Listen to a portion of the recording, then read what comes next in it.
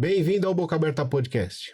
Aqui a gente fala de tudo, aqui a gente fala com todos, e hoje o meu convidado é o professor Pedro Vinha. Mas antes de falar com ele, vamos falar da Dental Mind. Parou de sorrir? Ligue para a Dental Mind que ele vai resolver o seu problema. Professor, te agradeço a presença. Gino, eu que agradeço o convite. Antes da gente começar, eu vou te entregar o meu presente, que você não sabia. Eu não sabia mesmo. Tá? Mas eu espero que eu esteja muito bem informado do que eu tenho, do que tem aí dentro. Que eu sei que você gosta disso, né? Do gordo. Tá da música. Alguém lá do seu meio me contou e eu tinha que, né? Eu falei, eu não vou perder essa oportunidade. Não acredito. Depois você cobra lá. Eu vou te perguntar quem que é, que tem ideia do gordo. Eu não vou entregar porque tá gravando, tá? Mas depois... Nossa, sensacional isso aqui. Puxa, incrível. Vamos lá aqui, eu vou olhar, antes disso eu vou dar uma olhada aqui no meu roteiro. Quanto tempo você atua na ortopedia funcional? Ortopedia funcional, 30 anos. 30 anos. 30 anos. Aí você graduou? Eu graduei e é uma história interessante essa, né? Eu primeiro fiz odonto. Na fila de inscrição do FUVEST eu tinha que escolher alguma coisa, se eu achar que é piada. Mas... Maravilhoso. Na verdade, eu fui fazer inscrição na FUVEST e meu pai era dentista, professor da USP. E eu sempre fui da área da informática. Aí eu pensei assim, mas informática eu posso usar sempre, né? Odonto, eu preciso ter uma formação. Exato. E aí eu falei, meu pai vai me abrir portas e eu acabei fazendo odonto. Mas nunca fui muito fã do odonto. Eu sempre achei odonto um pouco chato, um pouco borne, assim, sabe? Restauração, canal, não sei o quê. E aí quando eu me formei, eu vim para São Paulo e conheci a doutora Gabriela, que trabalhava só com problema respiratório. Gabriela Doroti de Carvalho. E eu comecei a estagiar. Ela formou um ano antes do meu pai. Então eu tive essa ponte, ele me apresentou e eu comecei a estagiar com ela. E aí eu mudei o foco, que foi de tratar o dente de uma pessoa para usar os dentes para tratar uma pessoa. Interessantíssimo. E essa mudança de paradigma norteia a minha vida até hoje. Eu me encontro na odontologia no consultório da Gabriela. A hora que eu usava a boca para tratar problema respiratório de criança. Exato. E aí hoje, eu não tive... Eu preparei isso agora pelo seguinte. Para eu ler tudo que você faz, demoraria muito. Então eu preferi perguntar. Falei assim, quais os cursos que você ministra hoje, aonde são, para a gente poder ir falando dos assuntos ponto a ponto. Tá, então de cursos que eu ministro curso de ortopedia funcional dos maxilares aqui em São Paulo da Mandic, tanto especialização quanto atualização, e em Porto Alegre na Sobracom. Eu tenho aqui 4 turmas e lá 3 turmas. E eu ministro cursos de ronco e apneia do sono, tratamento de adultos, né, aqui na Mandic. E também cursos esporádicos de problema respiratório infantil, né, que é a respiração bucal. A gente vai falar disso. Eu queria saber, assim, a intervenção precoce na ortopedia funcional dá mais benefícios do que a gente pegar o caso lá na frente. Vamos pegar, quanto mais jovem, não tem isso. A idade ideal de tratar é de 3 a 5 anos. De 3 a 5 de 3 anos? a 6 anos, tem uma explicação bem simples. Assim, o crânio da criança é 4 vezes menor que um de adulto. O terço médio inferior da face, né, essa parte aqui, né, ela é 16 vezes, de 14 a 16 vezes menor. Com 3 anos, você tem 50% do crescimento pronto. Só que até os 3 anos não dá para você intervir. Exato. Dos 3 aos 6, você tem mais 30%. Então, com 6 anos, a criança tem 80% do crescimento da face.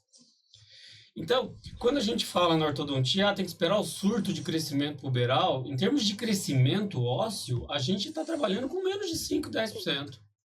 Em 4 anos, você vai ter 10% lá dos 10 aos 14 anos. Então, quando a ortodontia entra na história, o crescimento já está... Acabou.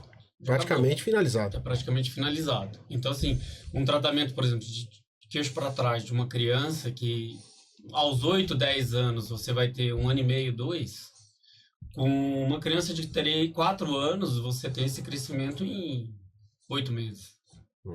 Então, assim, quanto mais cedo... Você tem tratamentos muito mais rápidos, mais eficientes e mais estáveis. Não, o que eu acho interessante é que, assim, essa informação não existe. As pessoas não falam disso. Não existe. O paciente chega para você, se você contar isso, ele vai falar, olha, eu nunca imaginava que com 3 anos eu já tinha que levar. Por exemplo, para tratar problema respiratório com 3 anos, a gente nem usa ortopedia funcional inicialmente, né? A gente usa disjunção mesmo clássica, com crianças de 3 anos. O potencial de você juntar uma criança de 3 anos para tratar problema respiratório, ele é 70% maior do que você pegar uma de 10 anos. Entendi. Então, assim... E o fato da criança, quanto mais jovem, com toda a formação corpórea, crescimento, tudo informação que você pode acompanhar. Não só assim, a criança com problema respiratório que você espera até os 10 anos para tratar, ela cresce 10 anos respirando pela boca. Ruim. Você deforma tudo. Quando você chegar lá na frente, nem sempre é recuperável. E aí fica aquela condição, no que eu acho que é o limite, é que quando a gente entra na cirurgia ortognática lá com 17 anos, 18 anos, você fala, não dá mais. Não dá mais. E aí carregou todo esse problema desde cedo. Desde cedo. E a criança respiradora bucal maltratada, que é a maioria, esmagadora maioria, é o apneico no futuro. O roncador apneico no futuro. Exato. Que é o que está aparecendo agora. Que tá agora, exatamente. Né? Porque até então não se atentava para esse item da apneia, tal. O sono era uma coisa que a gente não falava. Não falava, E hoje o sono é um dos pilares da saúde. Além do sono, atividade física, alimentação, são um dos pilares da saúde que se prega hoje em várias áreas. Né? E como que a ortopedia trabalha em conjunto com a ortodontia? Ou são caminhos diferentes? Não. Porque o pessoal da ortopedia vai me odiar por isso, mas assim, são técnicas complementares. Não existe técnica melhor nem pior. Entendeu? Por exemplo, se eu quero girar um canino, uma criança de 13 anos, ou tracionar um canino incluso, o aparelho ortodôntico é muito mais eficiente. Entendeu? Agora, se eu quero fazer um avanço mandibular numa criança de 3, é um aparelho ortopédico. Esse mito de que são técnicas adversas é um absurdo. Assim. Eu brinco que não existe aparelho ruim, existe aparelho mal indicado. Não existe técnica ruim, existe técnica mal indicada. Então, o ortodontista pode ser um ortopedista, ele pode ter as duas formações. Na verdade, tem que. Tem que. Assim como no meu curso de especialização em ortopedia, tem um treinamento de taipodonte. Tem que saber fazer uma finalização. Entendeu? Por que eu vou ter que usar um aparelho móvel 5 anos para girar um canino se eu consigo girar em 8 meses com um aparelho fixo? Você tem o espaço, tem tudo, assim. Tem que, não são técnicas adversas, são complementares. Isso foi uma coisa que veio criada, eu não sei de onde é que tiraram essa história, né? Briga política. Tem toda a história dessa briga, mas assim, é tudo poder. Exato. Entendeu? E é divertido, porque quem faz pesquisa são as universidades. E você não tem ortopedia na universidade. Você só tem ortodontia. Aí o ortodontista fala, vocês na ortopedia não tem pesquisa, não tem evidências. Não tem, porque as evidências são criadas nas universidades, que são dos ortodontistas. Então assim, a gente fica num... Então você não consegue ter uma cadeira de ortopedia na universidade? Ou consegue? Começando agora. Depois de 20 e tantos anos da existência da especialidade, está começando agora. Algumas faculdades já estão tendo cadeiras de ortopedia. Porque já está se vendo a importância desse trabalho. Né? Porque você não consegue, você tem que pesquisar individualmente para você ter os resultados, não é? Olha, vamos dizer assim. Tudo é uma questão de indústria.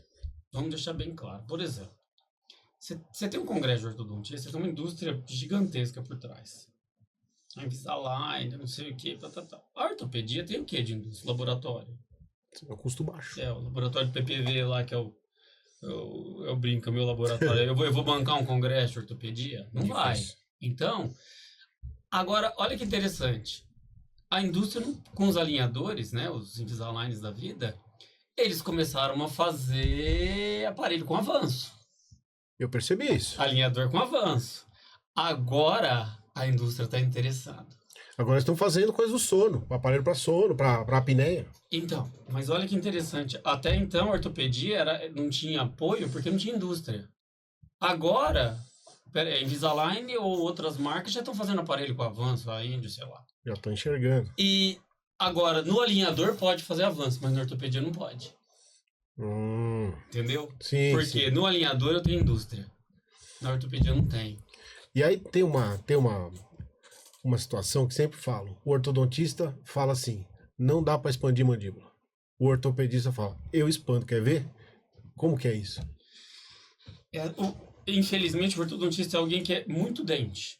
Infelizmente, né? O que é a formação? Ele vai lá, expande e ele tira e o negócio recidiva. Então, não pode expandir mandíbula porque é recidiva. Agora, o posicionamento dos dentes é ditado por um jogo de força entre língua e bochecha. Língua e lábio. Então, se você não coordenar essa estrutura, você vai ter recidiva. Não dá estabilidade. Claro, a estabilidade está na função. Exato. Mas a ortodontia, de um modo geral, ela é muito encaixe. Né? Ela prega mais a chave, aquele encaixe dentário bom, do que a ortopedia que prega mais a função. Às vezes a gente prefere até não ter uma chave tão perfeita, mas ter uma boa função, do que ter uma chave perfeita sem função. Né, mas eu percebo isso muito em finalização de tratamento. Que o ortodontista, ele fica batendo a cabeça em encaixar aquilo e esse recidiva, não estabiliza. Porque a função do paciente não vai chegar nunca naquele resultado.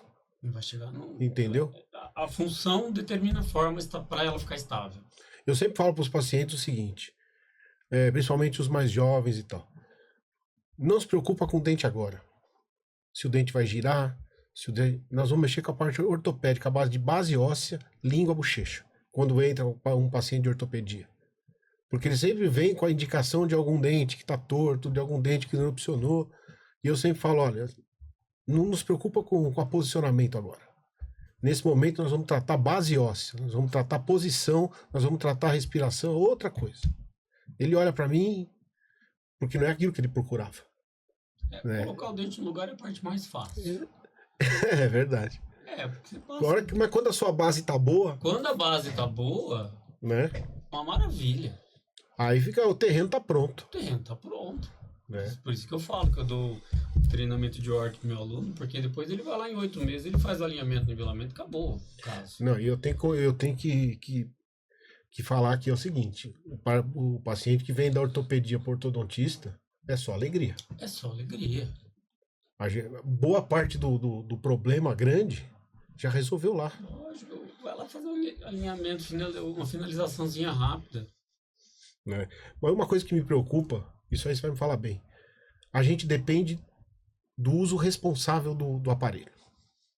Vamos dizer assim, sim. Ficamos ainda nas mãos do paciente, ou o que o aparelho faz hoje, mesmo que ele não use de forma 100% como a gente gostaria, a gente atinge os resultados. Não, hoje a gente quase não pede mais para o paciente usar o dia inteiro. Hoje a gente trabalha com 14 horas de uso, uma coisa bem satisfatória. Como a gente está falando de crescimento, a principal hora de uso do aparelho é para dormir, porque a gente só cresce durante o sono. Não existe crescimento acordado, né? Então, se ele estiver usando o aparelho durante o sono, você vai responder por 70% a 80% do tratamento. Então, esse mito de usar o aparelho o dia inteiro na escola, não é mito, né? Vem da tradição isso. Diminuiu muito hoje. Hoje o uso residencial e muitas vezes só para dormir. Então, eu percebo muito o resultado. Falar, você vai usar para dormir, você não precisa levar para a escola, deixa em casa. Ou se quiser levar, na hora de fazer uma prática de esporte, alguma coisa, retira. E porque o que a gente percebe, o uso doméstico é muito mais efetivo, não fica naquele tira e põe. Porque a escola tem uma rotina para as crianças. Vai lá, escova dente, come, volta, não sei o que, vai praticar algum tipo de esporte, tira, coloca. Isso no geral não vai mudar nada em termos de tratamento. Não. Sem contar que a criança perde na escola. Perde. Aí a criança esquece o aparelho, aí o pai fica bravo. Então, assim, mudou muito, assim, dos últimos anos para cá com os estudos, principalmente de estudos básicos de sono e crescimento, né? Assim, o uso residencial e noturno hoje é o suficiente. Ah, que legal. Hoje é o suficiente. Eu acho que eu não tenho nenhum paciente que eu use integral. Agora eu vou entrar no outro assunto. Tá bom, Ortopedia em adulto. Como funciona isso? Qual o teu objetivo? Não. É isso que eu tô falando. Eu acabei de lançar uma publicação faz 1 ano e meio.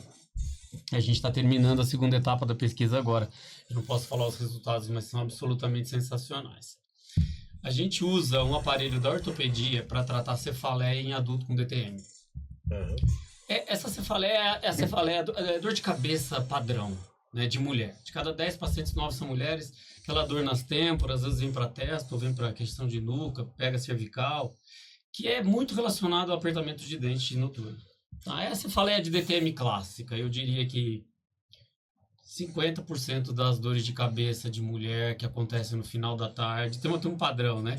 Ela acontece mais à tarde ou ao acordar e piora com fome e privação de sono. Então tem um padrão. Ela tem esse padrão, que é bem clássico dela. E aí eu fiz uma pesquisa e eu comparo Planas, que é um aparelho de ortopedia funcional, e Placa, que é um aparelho clássico. O Planas, as placas miorrelaxantes, placa de Michigan, elas abaixavam de, se não me engano, era 15 dores de cabeça para 10 por mês. O que é ótimo. O Planas é de 15 a 18 para 1, para 2. Ou seja, eu estou usando ortopedia funcional num adulto. Mas é que as pessoas pensam, quando eu falo em ortopedia funcional, é crescimento de mandíbula, é diminuir o tamanho de um queixo. Não. Mas isso é um campo incrível. Terminou de crescer, não tem ortopedia para você segurar isso. Você pode fazer expansãozinha com ortopedia leve, coisas expansores que um expansor também faria. Então, assim, agora, se você usa ortopedia para DTM, não tem nada melhor. E eu estou fazendo ortopedia adulto. E aí o paciente, porque normalmente esse paciente com DTM, ele já rodou tudo quanto é médico, A dor de cabeça ela tem um padrão. Como dói testa e fundo de olho também, é comum, primeiro passa no oftalmo, como não é, passa no otorrino, porque é dor na testa, pode ser sinusite, não é, passa no neuro, que não resolve, e aí o dentista é a quarta opção. Exato. E aí que a gente resolve. Mas olha que interessante, é a ortopedia. Então, assim, quando essas afirmações que o mundo da ortodontia gosta de falar, ortopedia, tem gente que fala que faz ortopedia em adulto. Eu faço. Para tratar cefaleia, dor de cabeça. Agora, eu não tenho paciente que é queixudo e vou botar um aparelho para reduzir o queixo dele. Mas eu acho que é o que você falou. Qual é seu objetivo? Qual o seu objetivo? Né? Uma mudança de... Porque a gente entra numa parte mais empírica do seguinte: a mudança do posicionamento dentário ou do posicionamento da face favorece alguma tensão que ele possa vir a ter em articulação. Não, é diferente. O aparelho funciona removendo dor. Você não vai mudar nada. Você não vai mudar osso, você não vai mudar dente. O Planas, hoje inclusive a gente usa Planas de acetato. Por quê? Porque o Planas comum, o aparelho, aquelas pistas que são internas, que roubam o espaço da língua, faz o adulto roncar e ter apneia. Então, hoje o Planas é em acetato, com as pistas não oclusal, né? Que tem por objetivo tratar a dor, mas não vai ter movimentação dentária nenhuma. Entendi. Entendeu? Não tem nada. Ele elimina a dor. Eu comentei isso, porque assim, 90% dos dentistas não sabe usar placa. Ou entende o uso das placas em si de uma forma equivocada. Então você vai procurar um dentista, ele vai lá e fala: doutor, tô apertando os dentes. Bota a placa. Tô com dor de cabeça. Bota a placa. Aí, qual o material dessa placa? Eu já vi paciente chegando com placa de silicone para bruxismo. Eu falo assim, isso é a alegria do bruxismo. Uma plaquinha de silicone para o cara apertar. Não é? Super. O cara vai lá e fala assim: olha, eu aperto os dentes. O que você faz? Dá uma borrachinha, molinha. O cara vai apertar muito mais. Entendeu? Então eu falo assim, os clínicos gerais, na maioria deles, entendem essa placa de acetato para resolver uma série de problemas que acaba não resolvendo. Mas assim, nós não usamos placa de acetato. Não estou falando só para esclarecer. Estou falando aquela placa clássica. O apertamento, que é a causa da dor de cabeça, o apertamento noturno, ele é involuntário. Então, assim, não adianta resolver estresse, assim, a relação do estresse com o apertamento é bem baixa, muito menos do que se achava, entendeu? Então, o pessoal achava, você está bruxando, é apertamento, você está rangendo os dentes, é porque você está estressado. Não. A relação disso é bem baixa, é quase... O estresse aí não tá no meio disso. Não, é muito pouco. Não necessariamente. Não, é muito pouco. Dentro do um termo técnico, eu não sei falar no termo leigo, mas no termo técnico, a correlação de Pearson dele, ou seja, a relação entre estresse e ranger é de 0,2. É uma correlação fraca. Sim. Entendeu? Hoje o que a gente sabe, para o apneia do sono, é uma correlação forte. Mas, então, assim, como que a gente trata? Eu não controlo apertar. Eu não tenho como chegar para meu paciente e falar, você não vai apertar, mesmo que eu arrume a oclusão. Não tem relação nenhuma com a oclusão. Então, o que a gente faz é impedir que o apertar se transforme em dor. É onde a ortopedia funcional entra de maneira magnífica. Entendeu? Eu não impeço que ele aperte, eu não altero a oclusão, eu não faço nada. Eu impeço que o apertar se transforme em dor. Mas esse que é o caminho. Essa transformação em dor pode ser por desgaste de guia ou não? Não, nada a ver. Você tem pessoas com bocas perfeitas e tem pessoas com bocas totalmente destruídas que têm dor de cabeça na mesma incidência. Entendi. E aí, no caso do paciente que chega com dor hoje, como que a gente vai percorrer um caminho para achar o ponto da dor?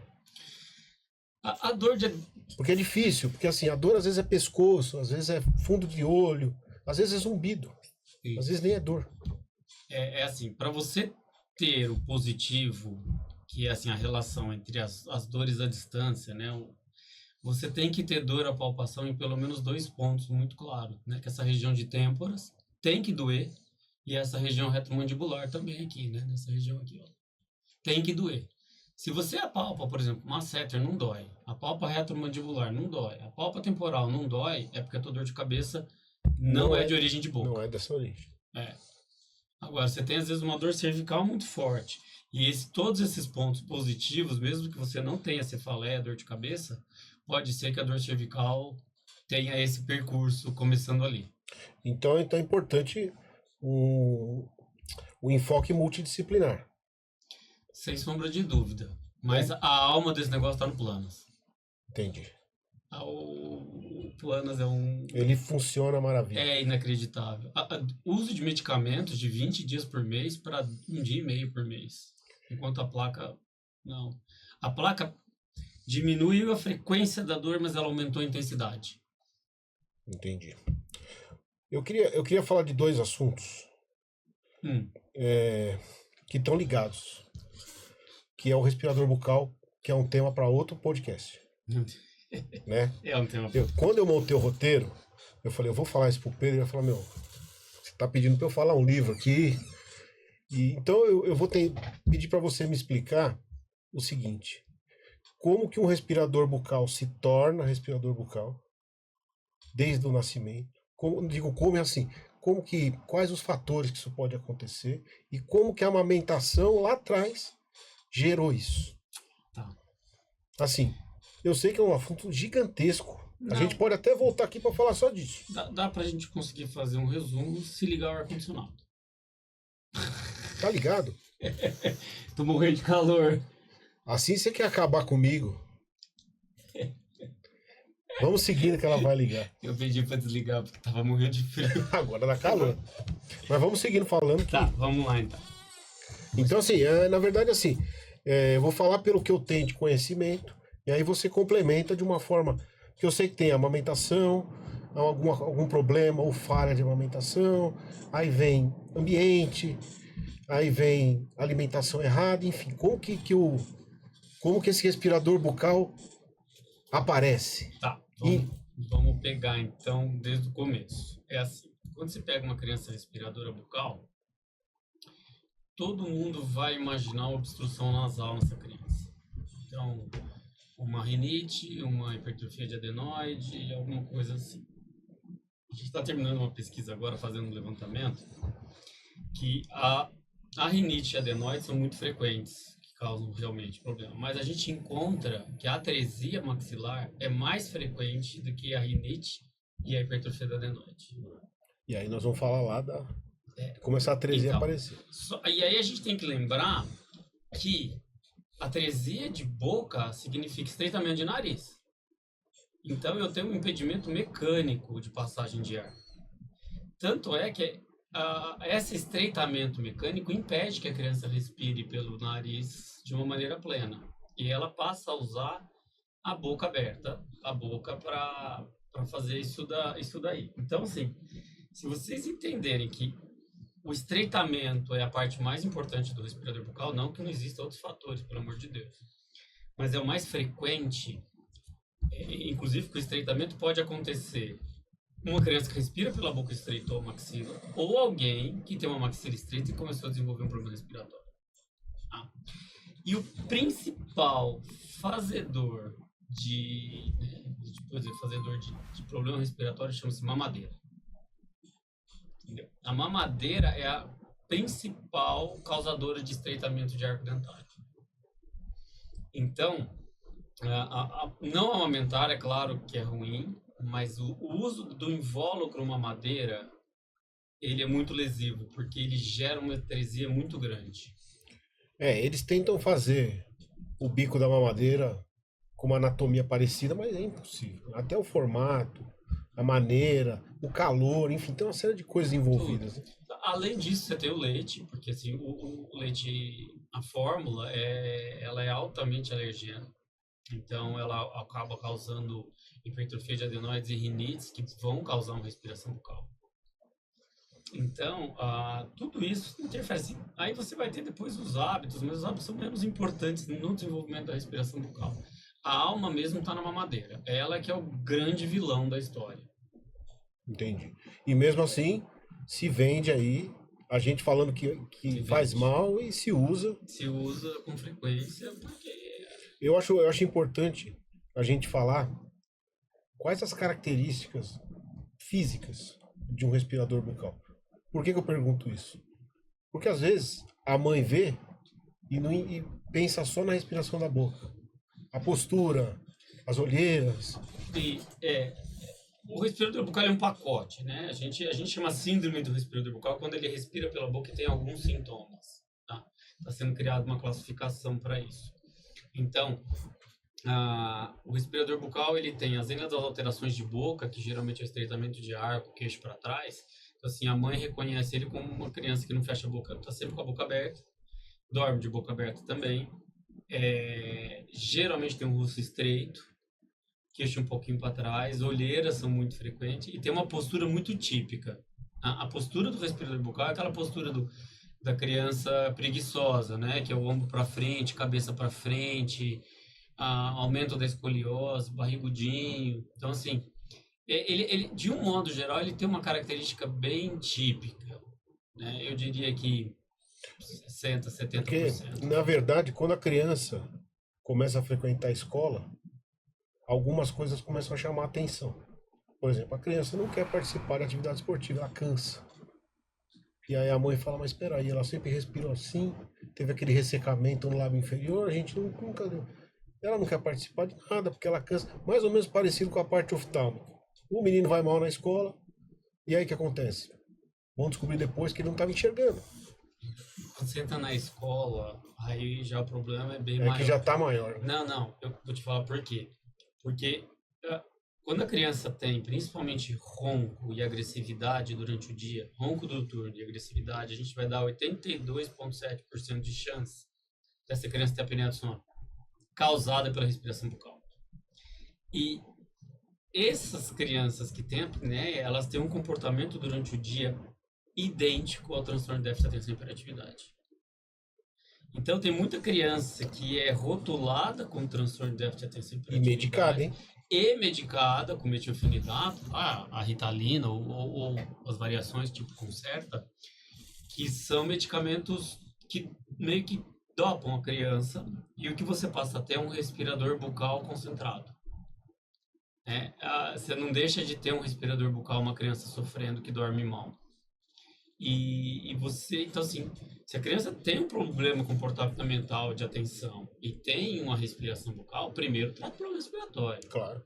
Pode ser que ela também tenha transtorno de déficit de atenção e hiperatividade, sim. Tá? Mas acredita-se que 30% das crianças diagnosticadas e tratadas com Ritalina são incorretamente diagnosticados. Tem publicação. Né, então, porque o TDAH, até outro dia, ninguém nem sabia o que era. E aí apareceram diversas maneiras aí, e hoje em dia está se diagnosticando de uma forma, não digo errada, mas assim, tipo, é TDAH, e medica. Isso serve para criança, para o cara que não presta atenção, o outro que está na reunião do trabalho e também não. E aí o que aconteceu? A gente acaba tendo um problema dessa parte do voltando para o respirador, arrastar esse problema para mais adiante. Porque ela não entendeu aquilo como problema respiratório. A mãe, no caso, né? Ou às vezes o próprio profissional que não olhou aquilo com uma lupa melhor. É que na adolescência ele vai dar uma melhorada nessa questão respiratória, né? Você tem uma redução dos tecidos linfóides, dos tecidos de produção de proteção que é natural dessa idade. Então você tem uma melhorada. Então, assim, por mais que você não tenha feito uma grande intervenção, a criança está sofrendo, e na adolescência ela dá uma estabilizada. E aí a gente vai ganhar de brinde um paciente que ronca e tem apneia no adulto. Pois é. E o ronco e a alteração de comportamento vinculado a ronco e apneia é a mesma incidência na criança. Só que na criança às vezes não vai se recuperar. O transtorno do déficit de aprendizado que ela vai ter não é mais recuperável. Com certeza. Sabia que a gente aprende 95% de tudo na vida até os 6 anos de idade? Eu vi isso. A formação é muito antecipada. Eu não vou falar quando que o cérebro está pronto, porque eu não sei esse dado. Mas assim, até 7 anos, o que você viu, viu. O resto é só acúmulo de coisa na caixa de ferramentas. Exatamente. Mas até os 7 anos... Então assim, a criança que chega aos 7 anos com problema respiratório que interfere no sono, lembra que eu falei que a gente só cresce durante o sono? E a gente só guarda informação de memória também durante o sono. Nós não guardamos nada acordado. Exato. Então, se você não dormir 3 noites, você esquece tudo que aconteceu. Incrível. Entendeu? Então, a criança não pode, em hipótese alguma, ter problema respiratório durante o sono, como uma apneia, porque o dano disso é irreversível. Ela não recupera. Não recupera. Passou os 3 anos, ela vai ser uma criança aquém. Entendi. Agora, Pedro, nas minhas pesquisas aí, eu queria entender, queria que você me contasse como é que é a aula no chão. Rapaz, tem muita gente linguaruda, né? Aqui Eu tinha que perguntar, porque é muito interessante. Bom, como é que é? A clássica aula no chão do Dr. Pedro. Não é. Eu sou um professor que sou muito arguidor. Eu não sou que entrega a informação. Tem até um nome técnico, é aristotélico. Eu não amo essa técnica. Mas eu nunca tive essa aula de didática. Isso era da minha natureza. Então, assim, eu não respondo a pergunta. Eu faço o aluno chegar na conclusão. Por ele mesmo. Então, quando eu vou pro chão com os alunos, é porque eu tô brincando com réguas, não sei o quê. Eu falo assim, olha, entende assim o comportamento do ângulo da mandíbula, não sei o quê. Então, eu coloco as réguas no chão, que se eu colocar em cima de uma mesa, eu vou ter só 5 alunos em volta. Uhum. Então, quando eu sento no chão, eu consigo colocar uns 15, 20 alunos em volta. Não, sem dúvida, o cara vai lembrar da época de criança nesse momento. O pessoal fala que eu sou professor de cursinho. Eu sou professor de cursinho. De todas as minhas, entre qualidades e defeitos, o que mais eu vou dizer que eu sou abençoado é transformar algo difícil em fácil para alguém entender. Isso é incrível. Esse é talvez o meu único dom. Entendeu? É conseguir pegar algo muito complexo e transformar num jeito que seja compreensível, independente do público, mas acima de tudo ele tem o prazer de aprender. Eu sempre fui aluno de escola tradicional, odiava aquilo. O que eu acho engraçado, muitas pessoas detestam a história, a matéria de história. E eu sou um cara que gosta muito de história. Porque eu sempre falo o seguinte, a história não é ruim, a história está mal contada. Se alguém pegar e sentar com você num ambiente informal e bater um papo sobre aquele ponto da história, eu te garanto que você vai adorar saber. O contexto, como era. A gente foi ensinado a decorar datas importantes. Só que ninguém chegou e contou uma história. Mas quando você conta uma história qualquer, que não tem nada a ver, todo mundo presta atenção, inclusive as crianças. Sim, sim.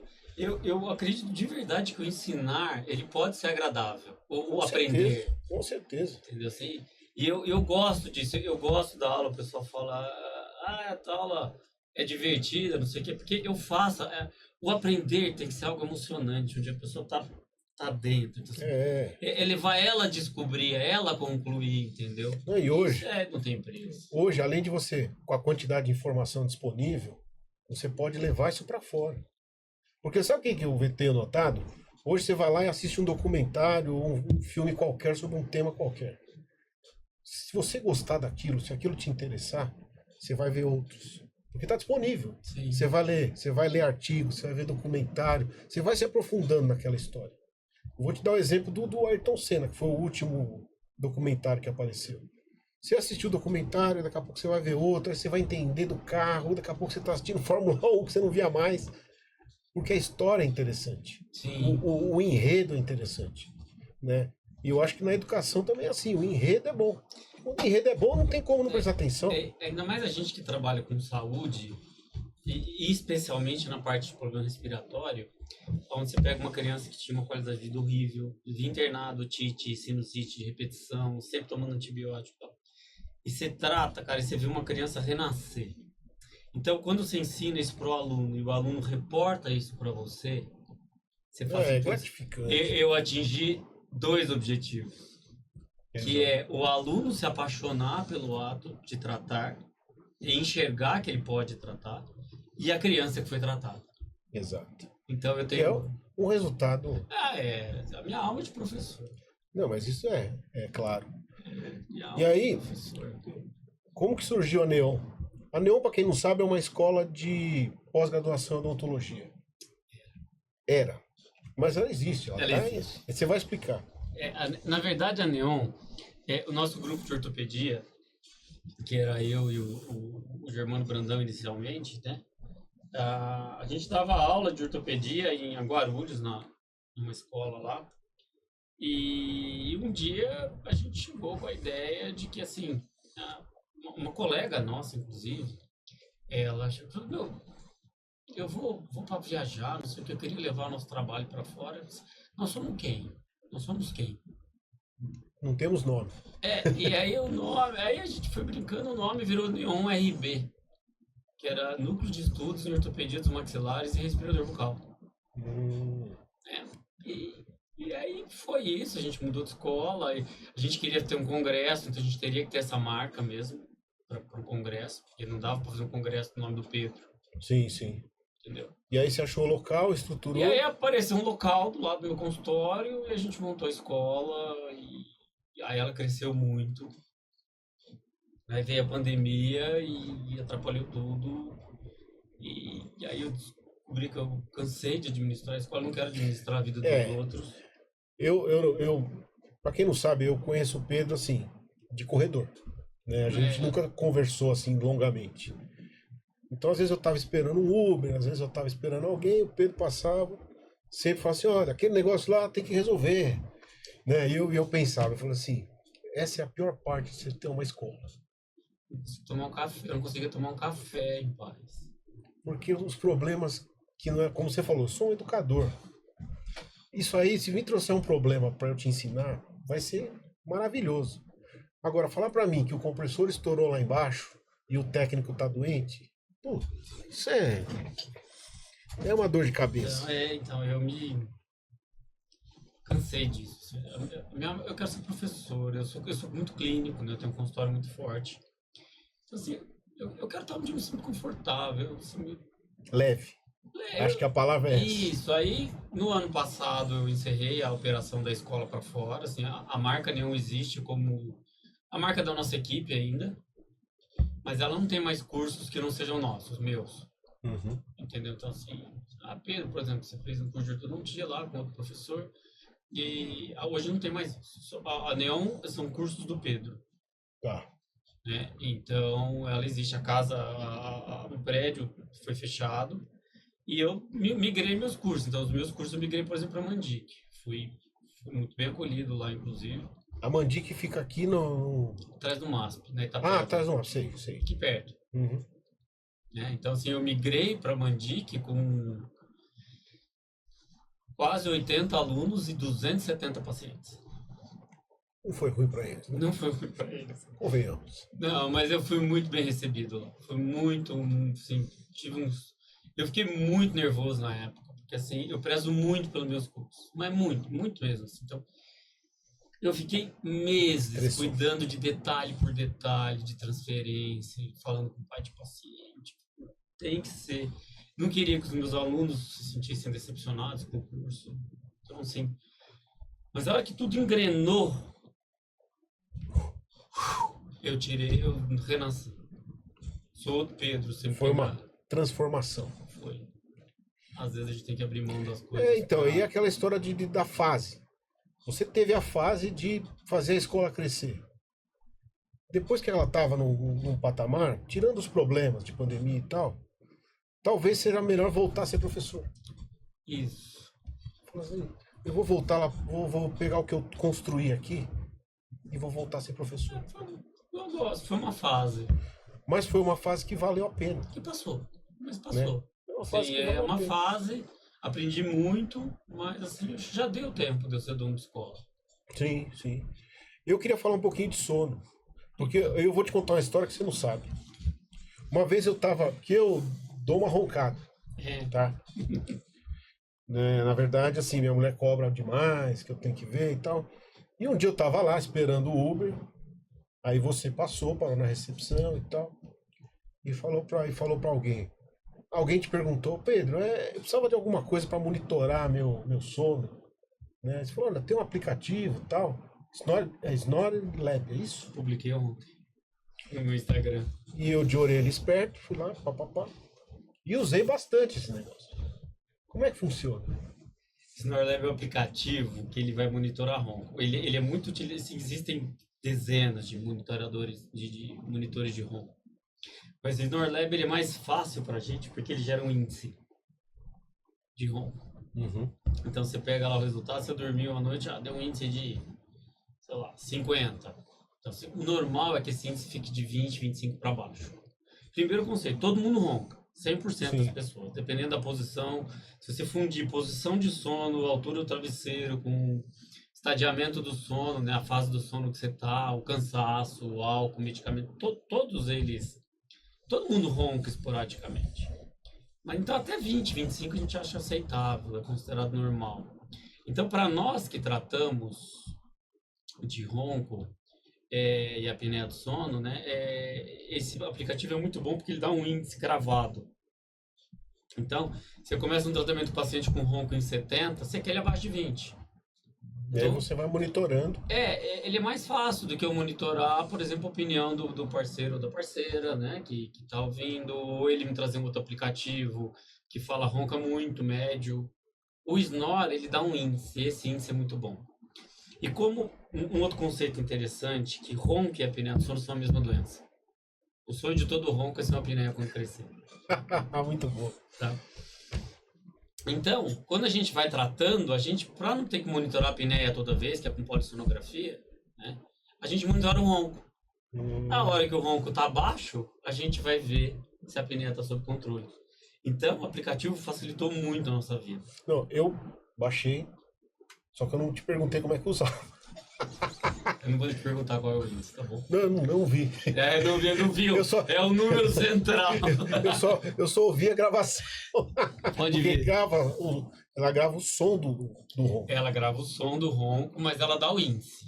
Para nós, o importante é o índice. Eu vou te mandar o índice. Mas tem umas histórias super engraçadas. Bom, primeiro que as mulheres têm que entender. O homem ronca para afastar os maus espíritos dela. Exatamente. Então jamais cutuque um homem roncando Porque ele tá protegendo a mulher. Concordo plenamente. Sim, isso é uma proteção divina. Isso é uma proteção divina. Então, jamais. Eles colocam a gente lá roncando, exatamente com a mão ali, e falam, nós estamos cuidando. Um cutuca, um acorda. Exatamente. Porque o próximo que vir vai vir mais alto. Brincadeira. Não, mas esse aplicativo é ótimo. Eu achei ele muito bom. Depois eu preciso entender como é que funciona. É curioso que eu publiquei ele ontem.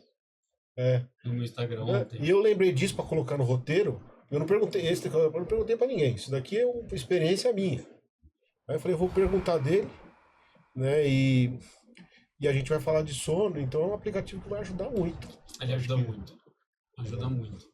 E lembre-se, o sonho de todo ronco é ser uma apneia. Então, pacientes, às vezes, que roncam, a maioria são apneicos. Eu tenho certeza disso. E aí, se a gente fica vendo propaganda na internet da faixa para ronco, esses aparelhos intrabucal pronto, não sei o quê, às vezes você esconde o ronco, que é o único sintoma de uma apneia. E aí você só vai descobrir que você é apneico quando você infarta. Exato. Aí eu vou te fazer uma pergunta que eu vi por aí. Tem a ver com sono, mas tem a ver com posição de dormir. Você já deve ter visto isso em rede social. Durma do lado esquerdo, porque do lado esquerdo a circulação das artérias principais é melhor, o funcionamento intestinal é melhor do que dormir do lado direito de lado. O que isso aí tem de verdade? E eu ouvi, eu não vou citar aqui, porque isso aqui vai pro YouTube, depois me dá ruim, um médico de alta, depois eu te falo fora do ar, quem que falou isso? Eu nunca ouvi essa questão de dormir do lado. O que a gente tem muito é terapia posicional. Porque assim, dormir de bruços a gente sabe que não é bom.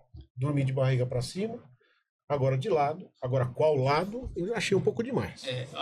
Eu realmente nunca tinha ouvido falar isso. Não, sim, tem uma variação da aorta pro lado esquerdo, mas assim, não consigo imaginar que isso altere alguma coisa. Eu também não, mas como eu vi isso disseminado, aí eu falei assim, já que o Pedro vai estar lá, se ele souber de alguma coisa, ele já me fala. Porque a gente usa muito terapia posicional para ronco.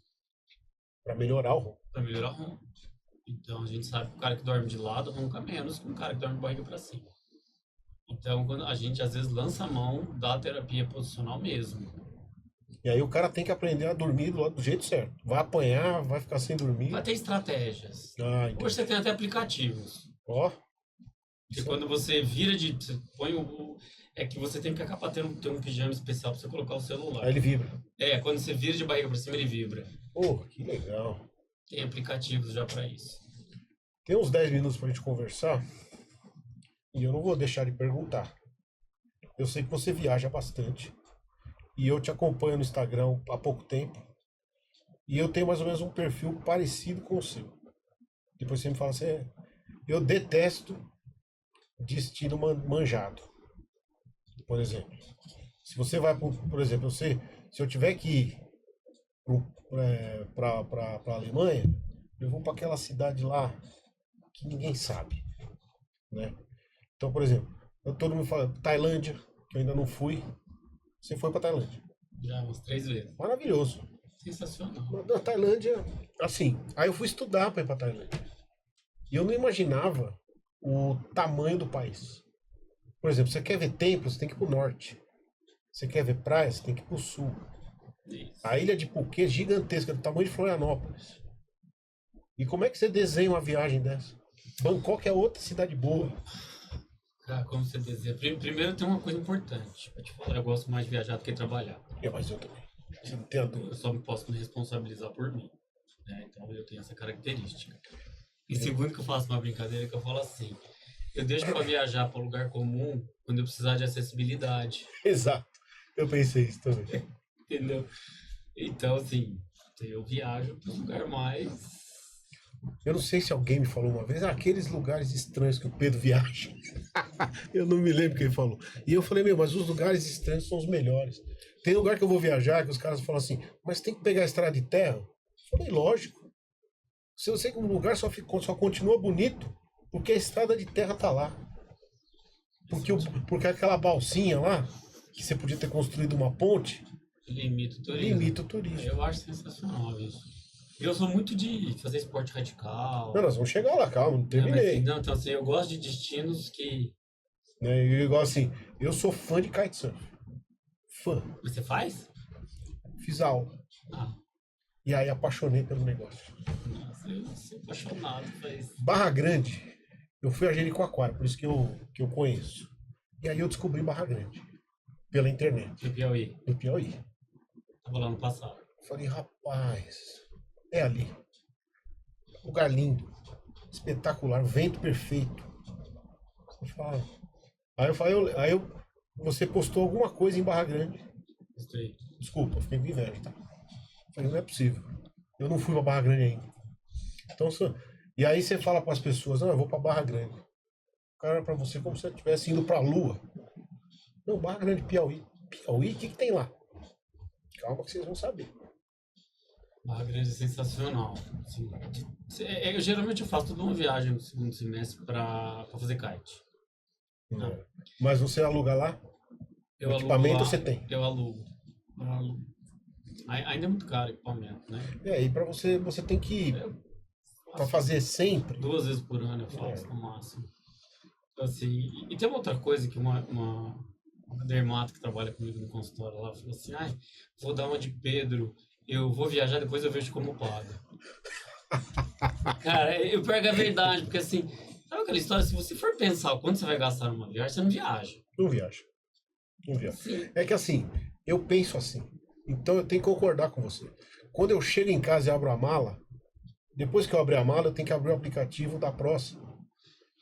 No avião, na volta, você já tá pensando. Você fala, porque aí, e às vezes você vai para um lugar, e lá tem um outro lugar que não deu para você ir. Sempre. Por algum sempre. motivo você não conseguiu ir. Ah, o barco tá quebrado, choveu, nevou.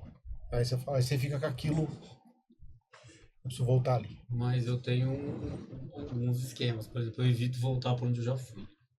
Sim, só tem um lugar que eu volto sempre. Mas é por que não é mais destino para mim, que é na Bahia, que é um lugar que eu vou lá ligar o meu plug de celular e carregar minha bateria. Porque eu não faço nada. Onde que é? Em Trancoso, na Bahia. É. Mas não lá no Burburim. Como eu falei, eu gosto de lugar estranho. Tem um outro lugar que você pega o bug, você pega um carro e depois você para na beira do rio, atravessa com o nativo. Do outro lado tem uma reserva indígena. Lá, só os indígenas fazem o transporte. Então, eles dominam o negócio lá. Então, você sobe num bug, ele te leva 10 quilômetros para um outro rio. Aí você atravessa, o cara remando, e aí você anda mais 200 metros pela areia, e aí você chegou na praia mais deserta que eu conheço, que chama Corumbau. Corumbau? É. Eu sei, Ponta do Corumbau. É o meu projeto de viagem. Eu já fui 3 vezes. Tem Ponta do Corumbau aqui, que eu quero fazer, que falta para conhecer do sul da Bahia. Você conhece Prado? Prada? Não. Então falta Prado. Mas é sul? Sul, mais sul ainda. E a Ponta do Corumbau, não, Trancoso. Qual que é a última do sul da Bahia? Caravelas. Caravelas, que é em frente de... Que é onde você é Abrolhos. Que sai pra Abrolhos. Sai pra Abrolhos. Lá eu quero ir também, que eu quero fazer mergulhinho em Abrolhos, que eu não fiz Então, ainda. eu fui a Prado. Meu, pensa numa viagem, igual você falou, nenhuma mobilidade. Então eu fiz um Airbnb em Prado. Depois eu peguei um carro alugado e eu ia para Cumuruxatiba, que é um vilarejo, acho que tem 600 habitantes. Aí você para, e aí nesse caminho tinham várias praias, né? Só tinha você na praia. Não tinha estrutura. Você já estendia sua toalha, seu cooler com o carro parado do lado, passava o dia ali. Eu fiz isso em uma semana. Só que como o aeroporto lá de Teixeira de Freitas tá fechado, ficou mais complicado de chegar. Porque antes você ia por Teixeira de Freitas. Agora você vai por Porto Seguro e aí você pega lá umas 3, 4 horas de estrada. Como eu falei pra você, não é lugar bonito, não é fácil chegar. Né? Então assim, é um lugar... Então tem esses lugares. Agora Corumbau você vai... O lugar fala por si só. Viagens fantásticas pra mim. Capadócia. A cidade que eu mais gosto no mundo é Istambul. Sempre que eu tenho chance de parar, eu paro em Istambul. Ficar uns 3 dias lá. Mas Capadócia é algo sensacional. Etiópia, Etiópia. Você foi naquelas igrejas enterradas? Aquelas igrejas, eu tenho uma tatuagem nas costas, o tamanho das minhas costas, dessas igrejas. Chama Lalibela. Lalibela. E essas é incrível, indescritível assim, o nome da igreja daqui. Eu fico imaginando, cara. Que bonito. Agora, meu próximo objetivo é Salta, na Argentina. Salta? Depois eu vou dar uma pesquisada. Salta, eu quero pegar uma moto e ir pra lá. Então. E eu ia fazer uma outra coisa, que era um objetivo que eu tinha traçado. Não tá apagado ainda. Que é o motorhome pela Islândia. Deve ser bom. Porque você vai à Islândia, lá eles têm toda uma estrutura de... Porque todo mundo faz isso. Você aluga um motorhome lá e anda pela ilha. E vai fotografando a aurora boreal e tal. São coisas assim que... É o que eu falo pra você. Você tem que ir do longe pro perto. Cada país tem uma característica. Cada país tem. Por exemplo, Tailândia é um país muito barato pra viajar, mas a passagem é cara. Assim. Mas você quer uma viagem de fazer trilha, uma viagem de natureza, não sei o que, Nova Zelândia. Nova Zelândia e Patagônia. Patagônia, Argentina? As duas são sensacionais. Eu fiz há 2 anos atrás, eu fiz o passeio Ano Novo da Patagônia chilena de ponta a ponta. É inacreditável. As imagens que aquilo tem. Não, é inacreditável. Não é possível que exista um lugar aqui. Eu tive agora em Fernando de Noronha. Cara, eu não ia. Eu ia pra Recife, feliz. Eu tinha uma viagem paga lá. E aí minha mulher veio com a pergunta que eu te falei de banana pra macaco. Se a gente passar uns dias em Noronha? Porra. Eu falei, demorou. E eu sou o cara que monta a viagem. Então quando você fala tal lugar, eu já vejo os hotéis, já vejo as passagens, as conexões, o transfer, o que é bom ver lá e tudo. Em 10 minutos eu monto a viagem. Eu sou esse cara. Com o ChatGPT. Com o ChatGPT então ficou mais fácil. Eu gosto de viajar diferente. Eu gosto de comprar passagem e ir. Mas eu já fiz isso. Eu compro só a ida. Às vezes eu não tenho a volta. Ah, não, eu tenho a volta. Eu tenho a volta porque eu tenho que trabalhar. Porque às vezes eu falo assim, compra só a ida. E minha mulher fala, compra só a ida. Porque a gente não sabe se a gente vai esticar ou não, principalmente em janeiro. Ter uma mulher parceira faz diferença. Faz diferença. Aí eu falo, pô, tá bom. Aí eu falo assim, olha, a gente tem que comprar a volta. Aí ela vira pra mim e fala assim, tá bom. Que dia que eu compro a volta? Dia 9, tá bom? De janeiro? Aí ela vira pra mim e fala assim, 9 não, né? Compra pro domingo. Compra pra sexta. Que aí a gente já chega em São Paulo e ainda passa o final de semana antes de voltar a trabalhar. Mas eu acho que viajar é um negócio que quem gosta tenta explicar. Quem não gosta não vai saber entender. Mesmo porque não precisa gostar. Cada um tem um gosto de vida. Exatamente. Nossa, essa história de passar 30 dias viajando, tô com saudade de casa, não tenho saudade nenhuma. Volto chorando. Voltei agora chorando. Meu projeto de vida ainda Você sabe que você tá falando aqui, tua mulher vai escutar. Ela sabe. Meu projeto de vida é um veleiro e rodar o mundo. Nossa, isso é demais. Eu já convenci até o veleiro, minha mulher, que ela já gosta. Já fazer veleiros por aqui já gosta, só falta eu convencer a travessia. Aí você vai indo cada vez mais longe. Essa é a ideia. Aí fala assim, mas a gente já tá longe, não dá pra voltar hoje. Vou voltar daqui 2 dias, aí você sobe mais um pouquinho.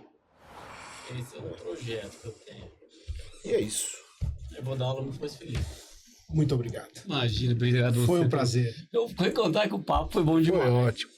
Gente, encerramos por hoje. Não perca o próximo episódio. Obrigado.